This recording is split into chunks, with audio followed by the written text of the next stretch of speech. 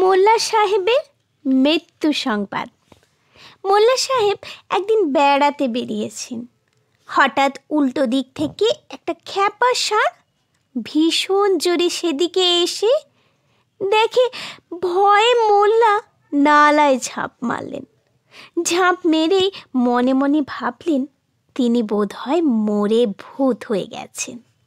খানিক বাদে হঠাৎ চোখ খুলতে খেয়াল হলো তার মৃত্যু সংবাদটা বাড়িতে তো দিয়ে আসতে হবে, না হলে বিবি সাহেবা হয়তো ভাবনায় পড়বেন, খাওয়া দাওয়া বরবাদ করে কেবল ভাববেন বেচারা। এতে মোল্লার ভীষণ কষ্ট হলো। তার চেয়ে বরং মৃত্যুর খবর দিয়ে এসে না হয় মরা যাবে আবার। যেমন ভাবা তেমনি কাজ। মোল্লা সাহেব ছুটতে ছুটতে বাড়ি গিয়ে নিজের মৃত্যু সংবাদ দিয়ে ফিরে আবার সেই নালায় এসে শটান চিৎপাত হয়ে শুয়ে পড়লেন মনের সুখে। না, আর কোনো ভাবনা নেই তার।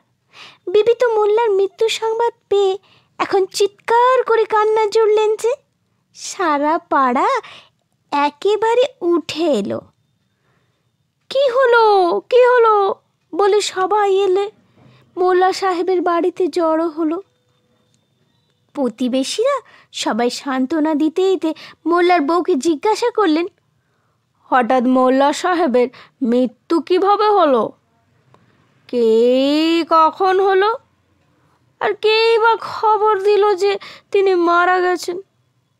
বউ কাঁদতে কাঁদতে জবাবে বললেন, মোল্লা একটা নালায় পড়ে এখনই মরেছে গো।